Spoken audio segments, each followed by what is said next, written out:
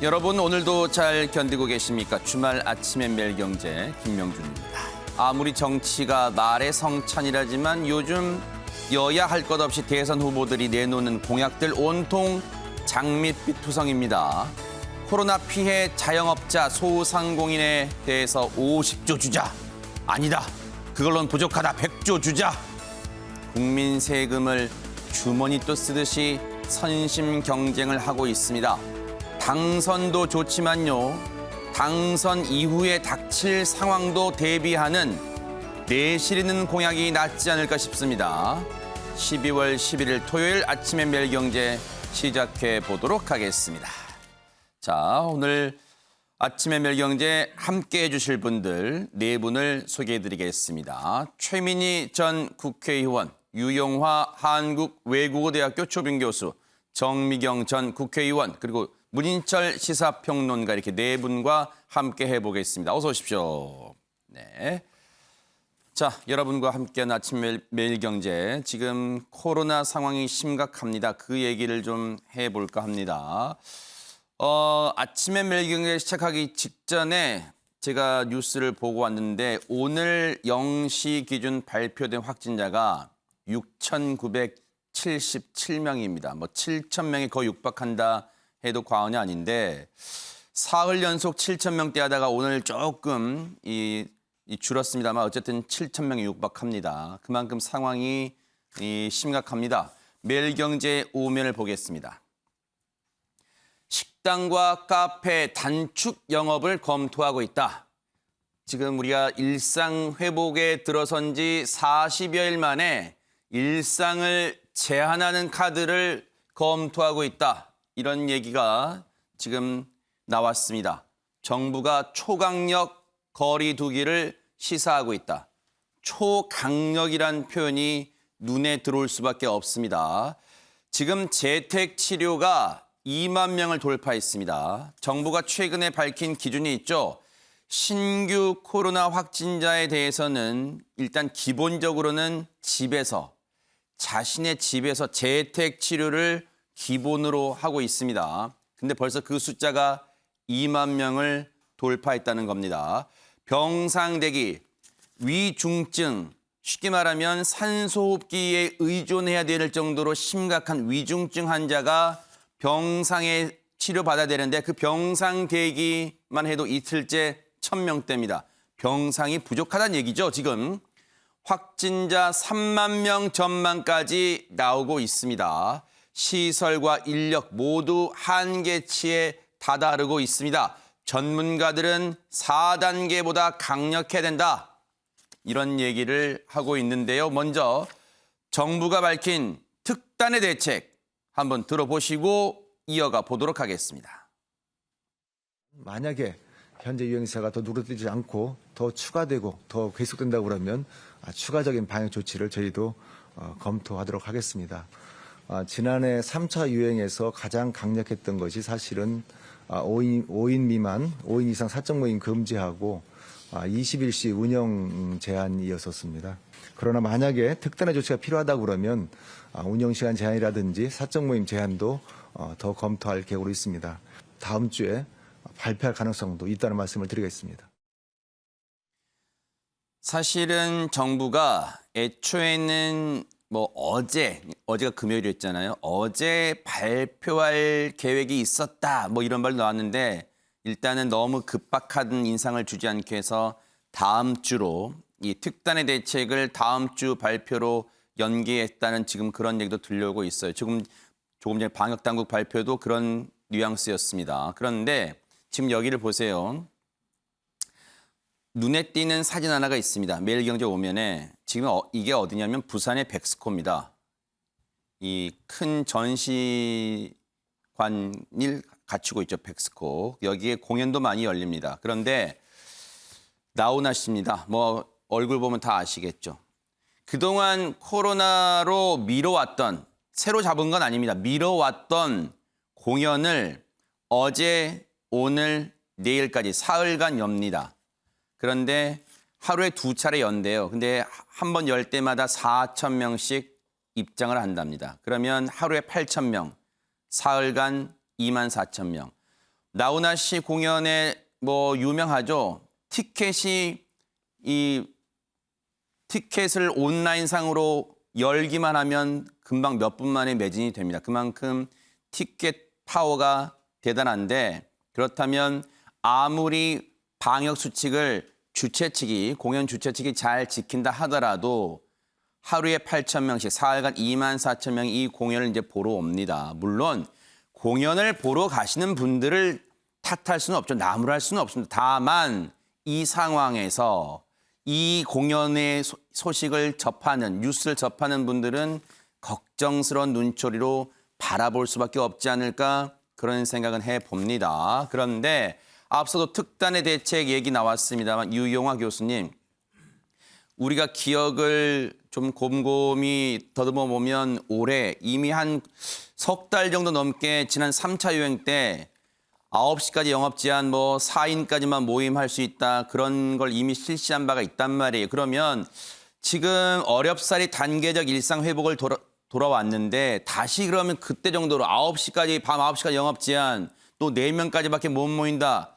그 정도까지 가자는 걸까요? 아니면 그보다 더 강력한 조치가 될 가능성도 있을까요?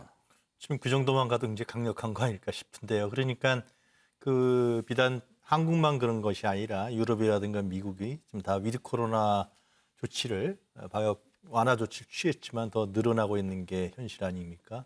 이 바이러스라는 이 괴물이 쉽게 사라지지 않는 것 같아요.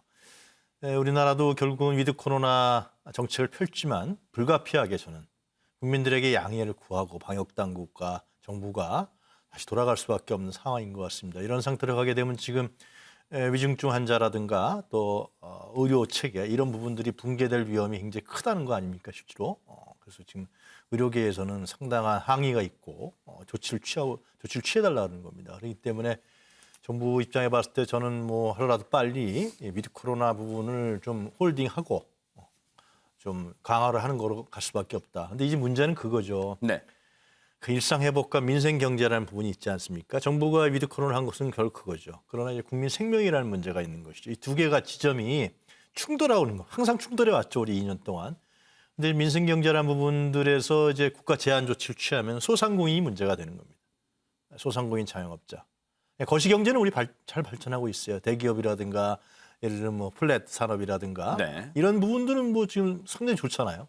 그러나 이 내수를 담당하고 있는 중소상공인들은 전짜 죽을 맛이거든요. 그래서 저는 지금 정치권 후보들이 50조, 100조 얘기를 하는데 저는 과감하게 소상공인들이 풀어야 된다고 생각합니다.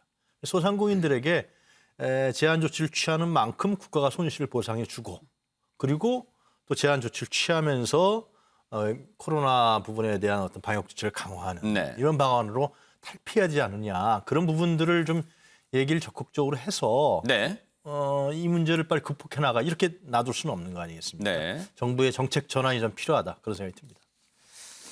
근데 사실 이제 다시 예전으로 즉 모임도 제한하고 영업 시간도 제한하는 카드가 될 게 유력하다는 게 언론 기사를 통해 조금씩 먼저 나오다 보니까 지금 언론들이 이제 현장 분위기 취재한 내용들을 보면은 벌써부터 자영업자분들이 지금 여기저기서 엄청나게 이 분노도 나오지만요. 지금 억장이 무너진 소리가 나온 게 한 자영업자분이 자신의 SNS에 올린 사진이 있는데 보통 이제 자영업자분들 가면 이 조그만 탁상 달력에 며칠 날 어느 회사가 송년 모임 보통 적어 놓잖아요. 그래서 예약 몇 명, 그래서 이제 그때 맞춰서 음식도 준비하고 했는데 거기에 보니까 전부 취소.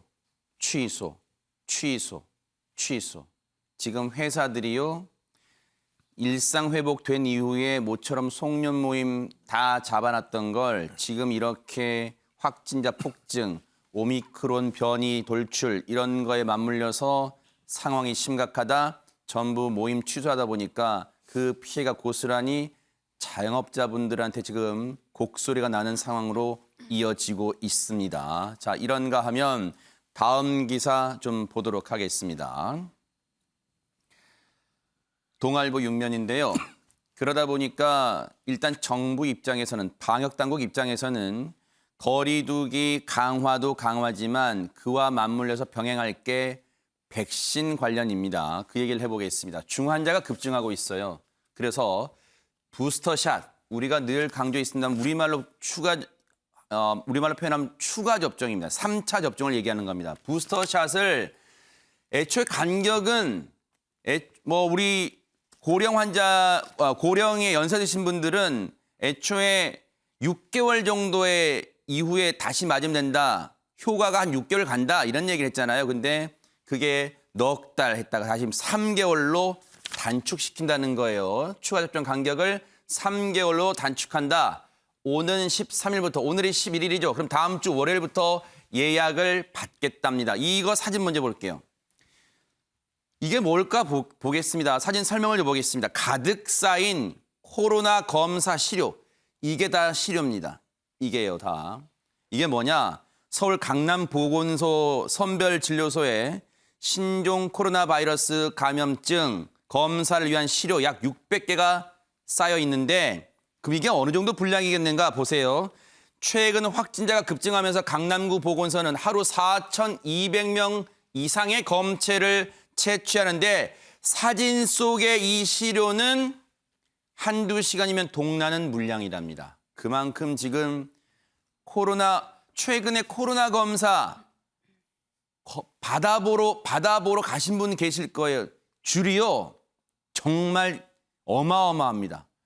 정말 몇 번 또아리를 틀어야 됩니다. 그 정도로 긴 줄이 형성이 돼 있어요. 지금 저런 상황입니다. 어느 선별 진료소도 할 거 없이 저렇게 줄이 이어져 있고요. 어느 선별 진료소는 또 추운데 기다릴까 봐 여기선 지금 너무 길어서 할 수 없지만 그래도 어느 선별 진료소는 추운데 기다릴까 봐 이렇게 비닐하우스까지 쳐놓은 그런 선별 진료소 있는 상황입니다. 그만큼 심각해요. 3개월로 단축한다. 13일부터 예약한다. 성인은 기존 4개월, 5개월에서 이제는 조정하는 거예요. 그동안은 이 정도면 이 백신 간격, 접종 간격이 괜찮습니다 했는데 이거 갖고는 안 되겠다. 최근에 고령층이요. 돌파 감염률이 높아졌는데 애초에 이분들이 주로 아스트라제네카를 많이 맞으셨어요. 근데 아스트라제네카는 전문가들 얘기가 석 달 정도 지나면 항체가 절반 이하로 줄어든대요. 그만큼 효과가 없어지는 거예요. 근데 그래서 이제는 정부가 3개월로 백신 접종, 추가 접종 간격을 3개월로 단축하는 방안을 지금 꺼내 들었습니다. 자녀 백신에 대해서는 당일 예약하고 접종도 가능하다. 오미크론 확산 전에 면역 인구를 늘리는 게 지금 방역 당국 입장에서는 최급선무가 되는 것 같습니다. 사실 문인철 평론가님, 네. 전문가들은 이 백신 추가 접종 관련해서 간격에 대해서도 그전에 여러 차례 의견을 냈다고 이제 이런 기사들은 나오고 있습니다. 어쨌든 불가피한 조치입니다, 지금. 지금 어쩔 수 없는 상황에 도래됐죠. 2두 코로나를 시행한 지 일상 회복을 한 지가 40일 됐는데 이렇게 바뀌는 것은 어쨌든 경우에 어떻게 됐든 간에 냉정하게 판단하면 정부 실패입니다. 문재인 정부가 실패한 것입니다. 그래서 다른 정책을 이렇게 쓸 때는 이제 대통령도 사과하고 총리도 사과하고 질병청장 혼자만 이렇게 미안하다 그런 소리 하면 안 됩니다. 그래서 우리가 물론 이제 어쩔 수 없는 측면이 있긴 했죠. 백신이 70, 80% 우리가 다 맞으면 면역 체계가 사회적으로 되어서 코로나19가 더 확산되지 않을 거라고 봤는데 이게 예상보다 다르게 가고 또 병상 이것을 우리가 예측 가능했어요. 병상을 확보하면 얼마든지 더 확보할 수 있었는데 재난지원금 하면서 생색만 내기에 바빴지 제대로 병상 확보를 못한 게 지금 드러났잖아요. 병상만 확보를 했다면 급하게 지금 다음 단계로 다시 강하게 정책을 써야 된다. 그런 이야기는 조금 늦춰줄 수 있는데 병상이 없으니까 더욱더 이제 심각하게 된 이런 상황이 있습니다. 그래서 어쨌든 이 정부 실패 부분에 대해서 정부는 각성을 하고 국민한테 죄송하다 하고 그러면서 다른 정책을 다음 정책을 내놔야 할 것입니다. 병상이 부족하다 보니까 김부겸 총리가 행정명령 카드를 꺼내들었어요. 병상을 추가로 빨리 확보하라 그런 내용인데 관련 내용 들어보시고 이어가 보도록 하겠습니다. 사흘 연속 7,000명대 확진자가 발생한 가운데 60대 이상 고령층이 35%가량을 차지하면서 의료 대응 여력이 빠르게 소진되고 있습니다. 현재까지 내린 3차례의 행정명령을 차질 없이 이행하는 한편 오늘은 비수도권의 종합병원에 대해서도 추가 행정명령을 내려 1,700여 개의 병상을 확보하고자 합니다. 추가 행정명령과 거점 전담병원 지정만으로도 5,000병상 이상을 확보할 것으로 기대합니다. 사실 병상 확보를 위한 행정명령이 이번이 처음은 아닙니다. 어제 발표한 것까지 4차례가 이제 행정명령이 이루어졌는데 그만큼 심각합니다. 그런데 한국일보 일면에는 하나의 사례를 지금 보여주고 있어요. 얼마나 지금 병상이 부족한가. 서울의 확진자가요. 병상을 찾아서 울산까지 달렸답니다. 실제로 달렸다는 건 아니겠죠. 구급차로 지금 갔다는 거겠죠. 구급차를 타고 4시간을 달려 겨우 치료를 받았습니다. 경북, 충북으로 장거리 이송하는 게 예산일이 돼버렸대요. 수도권 병상 대기자가 지금 거의 포화 상태예요. 그리고 대기자가 지금 1,258명, 1,258명으로 폭증한 상황입니다. 그러다 보니까 앞서 말씀드린 것처럼, 앞서 보신 것처럼 추가적으로 병상을 확보하라. 지방에 있는 병상도 일정 요건이 되면 확보하라. 이런 명령을 내리기에 이르렀습니다. 최민희 의원님, 지금 의료 체계가 붕괴 직전이란 아우성이 현장에선 들려오고 있답니다. 코로나 상황에서 의료인들이 보여준 헌신과 열정에 대해서는 정말 감사의 마음을 어떻게 표현해야 될지 모를 정도입니다. 근데 우리가 이런 위기 상황이 처음이 아니에요. 코로나 위기 상황이. 돌아보면 지금 2년째 지속되고 있는 코로나와의 대결인데 처음엔 마스크 대란 있어서 난리 났었고 백신 확보 못했다고 난리치고 그러지 않았습니까? 근데 그걸 다 극복해 왔단 말이죠. 그건 누가? 정부와 국민이 힘을 합쳐서 극복했고 저는 야당과 언론 그리고 여당도 무슨 역할을 했나 이런 반성이 좀 됩니다. 그래서 이런 단기간에 조금 문제가 생기면 정책 실패다. 대통령 사과하라. 전 이건 온당하지 않다고 생각해요. 그리고 대통령께서는 지금 이 상황을 극복하는데 전심전력을 하셔야지 그런 대통령을 사과하라고 이러는 건 저는 동의가 어렵습니다. 지금 코로나가 대한민국만 이렇다. 그러면 저는 동의합니다. 근데 지금 상황이요. 미국 오늘 확진자 12만입니다. 그리고 오늘 사망자가 1,839명이고요. 독일은 7만에 465명. 그리고 프랑스는 6만 명 확진에 124명 사망이고요. 영국은 5만 명 확진에 161명 사망입니다. 러시아가 비교적 괜찮았는데 러시아도 3만 명 확진에 1,181명 사망이에요. 네. 대한민국은 국민들이 워낙 방역 수칙을 잘 지켜오고 있기 때문에 그나마 불행한 가운데에서도 확진자가 7,000명 선이고요. 그리고 사망자가 80명이거든요. 그러니까 저는 이 상황을 놓고 코로나가 유독 대한민국에서 예를 들면 대한민국 확진자가 20만 명이고 사망자가 5,000명, 10,000명이다. 그러면 정부를 욕하는 게 맞는데 전 세계로 비교해 봤을 때 대한민국은 국민들이 워낙 잘 협조를 해주시고 있기 때문에 네. 그나마 양호하게 버티고 있는 나라이면 틀림이 없다. 그래서 객관적인 사실은 인정을 해야 되고 다만 저는 이런 정부 대책에 좀 문제점을 느낍니다. 지금 보면 좀 아까 나훈아 콘서트도 있었지만 네. 여러분이 직접 지자체 가보시면 지자체장이 모임을 열어서 자기 치적 홍보하고 내년에 선거 나가려고 선거를 위하여 강연하고 다닙니다. 이것부터 김부겸 총리 막아야 돼요. 지자체장들이 네. 기초자치단체에서. 그러니까 제 기준은 이런 기준을 세워주셨으면 좋겠다. 병상 확보?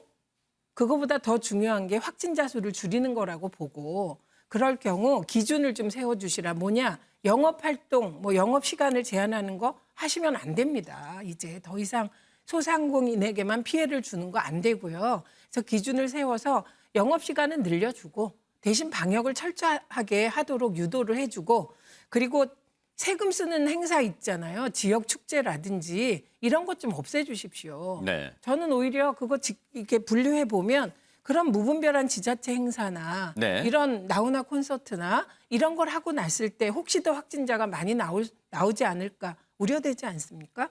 그래서 더 이상 영업시간 제한 이런 거는 네. 해봤자 소용도 없어요, 사실. 예, 그리고 뭐 20명 모임 숫자 제한은 그나마 뭐 해봄직한데 영업시간 제한 이런 걸로 더 이상 소상공인에게 네. 주로 피해를 전가시키는 이런 대책은 안 하길 기대합니다. 네. 방역 당국의 고민은 클 거예요. 왜냐하면 코로나 사태 때 늘 따라다녔던 게 세 글자입니다. 형평성. 무슨 말이냐? 지금 뭐 어느 장소 뭐 식당, 카페 뭐 영업 제한한다 어쨌든 또 다시 얘기 나오잖아요. 이제 그분들이 하는 말이 있어요. 그럼 왜 대형 백화점 이런 거 통제 안 하냐? 대형 백화점 가보면 사람이 그렇게 득실득실하는데 그런 얘기 나옵니다. 형평성 문제가 지금 늘 코로나 시국의 제일 화두였습니다. 아마 이 부분도 방역 당국의 골머리를 앓게 하는 요인일 텐데 자, 다음 기사 하나 볼게요. 매일경제 오면 보니까 코로나 시국에서도 문제가 됐고 논란됐었던 그 얘기가 하나 나옵니다. 접종 후 사망자 인과성이 없어도 5천만 원 위로금을 주겠다고 합니다. 액수가 뭐 1,000만 원에서 이제 상한되는 거예요. 근데 어떻게 뭐 사람의 목숨이 금액으로 어떻게 환산할 수 있겠습니까? 어쨌든 접종 후 사망자 인과성이 없어도 그동안은 뭐 백신과의 인과관계가 밝혀지지 않았다, 사망 원인이 밝혀지지 않았다 뭐 했습니다만 어쨌든 인과성이 없어도 5천만 원 위로금 준다. 그런 제목이 일단 눈에 띕니다. 그런데 저는 오히려 이 기사에서 주목한 부분이 여기입니다. 보세요. 홍정욱 코로나19 예방접종 대응 추진단 예방접종관리팀장입니다. 홍정욱 팀장이 어제 그런 얘기를 합니다. 브리핑에서 7,000명대 확진자가 나오고 있는 상황에서 젊은 층이 확산을 주도한다고 볼 수 있다. 젊은 층에게도 추가 접종을 권고하면 유행 차단에 효과가 있을 것이다. 이게요. 예전에도 한번 이 논란이 있었어요.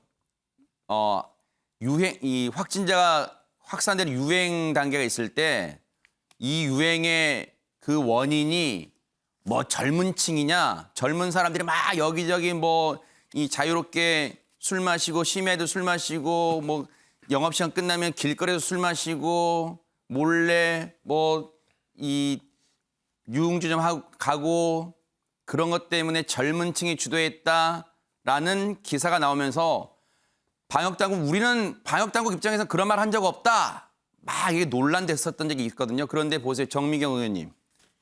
이번에는 방역당국 관계자가 지금의 7,000명 나오고 오늘 뭐 7,000명 6,977명입니다. 이 7,000명대 확진자가 나오고 있는 상황에서 젊은 층이 확산 주도한다? 글쎄요. 이거는 논란을 일으킬 만한 발언일 것 같다는 생각도 듭니다. 어떻습니까, 이 부분은? 저는 좀 황당한 게요. 예방접종관리팀장은 사실은 어떻게 보면 어떻게 문재인 대통령을 대신해서 말한다라고 생각할 수도 있는 거잖아요. 정부의 입장을 아무튼 얘기한 거잖아요. 다른 사람들이 얘기 안 해주니까. 근데 이분이 도대체 무엇을 근거로 해서 저렇게 말을 했는지 그러면 우리한테 데이터를 보여주든가 무슨 근거 자료를 대고 얘기를 해줘야지 신뢰도가 높아지잖아요. 근데 마치 그게 아니고 자기가 무슨 개인적으로 말하자면 무슨 방송에 나와서 얘기하는 사람처럼 젊은 층이 확산을 주도한다고 볼 수 있다. 저게 개인의 의견인지 아니면 정부의 입장인지 알 수 없게 막 만들어 놓는 거예요. 헷갈리게. 그리고 나니까 또 그다음에 전문가들은 또 뭐라고 얘기를 하냐면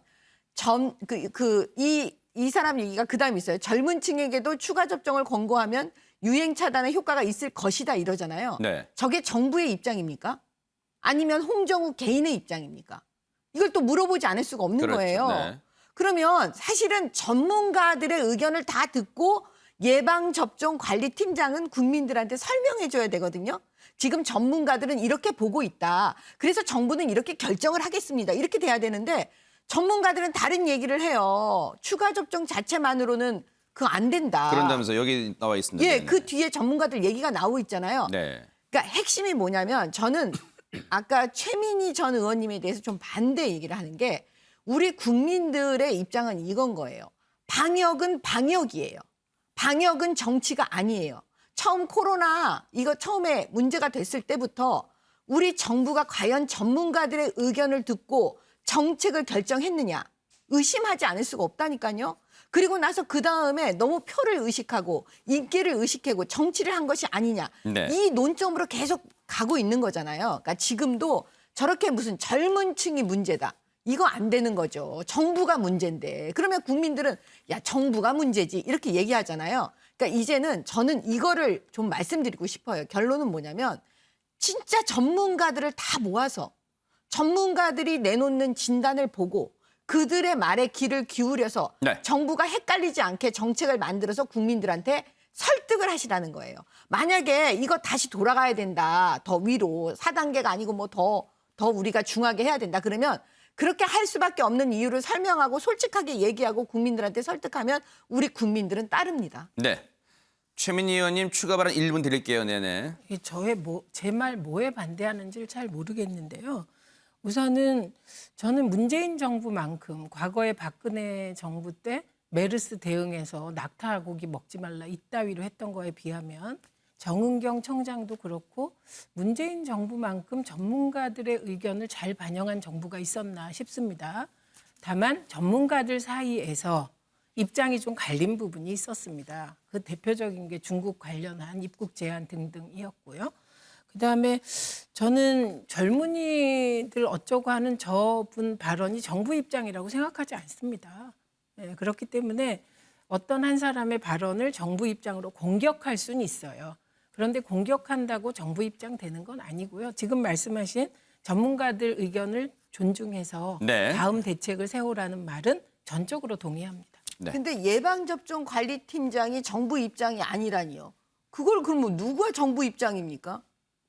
아니 지금 예방접종 네. 저분의 말이 자기 개인적으로 틀릴 수 있잖아요. 그럼 지금 요구하시는 건 총리가 입장을 밝힙니까?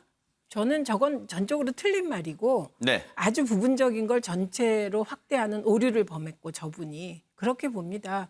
그래서 저분이 어떻게 저런 게 정부 입장입니까? 정부에서 브리핑을 했다 했잖아요. 이 부분은 제가 한번 추가로 말씀드릴게요. 이 부분은 사실 언론들이 오히려 이제 이 내용도 중요합니다만 이 부분에 왜 주목해서 문제 제기를 하지 않았나라는 생각도 들어요. 일단 문인천 평론가님 말씀하시죠. 정부에서 브리핑을 했다 하면은 그건 공식 입장이죠. 개인적인 견해를 이야기한 게 아니죠. 이제 우리가 따로 기자를 만나가지고 내 개인 의견을 이러는데 이렇게 할 수가 없어. 이렇게 공표할 수 없었다면 그건 개인 의견이지만 정식 브리핑을 해서 했는데 정부 입장이 아니고 뭡니까? 네. 아니, 그분이 아니요 제가 네네. 그러시죠. 네. 브리핑할 때 그건 이제 정부에서 일해 보시면 아는데 정부 공식 입장은 그 공식 문건으로 나옵니다. 그럼 정부 공식 문건에 젊은 층이 확산의 주요 원인이다라는 문건이 있었나 확인하시면 돼요. 저는 그랬을 리가 없다고 생각합니다. 그리고 많은 말을 정부 관계자들이 할 때 개인적으로 한 말 전부가 정부 입장일 수 있겠습니까? 저는 이 부분은 공식 정부 입장은 발표되거든요. 보도자료 다 나옵니다. 그럼 이 부분은 즉흥 발언이라는 겁니까? 거기에 들어있는 내용을 보면 될 것 같습니다. 네. 그리고 저 기사만으로 저게 그 보도자료에 있었는지 네. 아니면 질문에 대한 답변이었는지 네. 확인할 길이 없잖아요. 그래서 저는 저게 정부 입장으로 공식적으로 나간 것이라면 그건 제가 확인해 보고 그걸 받아들일지 안 받아들일지 결정하겠습니다. 어떻게 지금 코로나 그 확산의 주 원인을 저렇게 잡을 수가 있습니까? 진위 여부 확인이 최민희 의원께서 결정론자가 아니죠. 브리핑에서 보는 국민들은 그 브리핑을 보고 이거는 화면에 이렇게 다 나와 생각을 있을 하는 겁니다. 것이죠. 네네. 어차피 브리핑 내용이니까 화면에 다 나와 있을 거고 어쨌든 중요한 건 즉흥 발언이든 공식적으로 문건에 있는 발언이든 경솔한 발언이었다는 것은 아마 대체적으로 공감할 것 같아요. 이 부분도 어떻게 과연 논란될지 보도록 하겠습니다.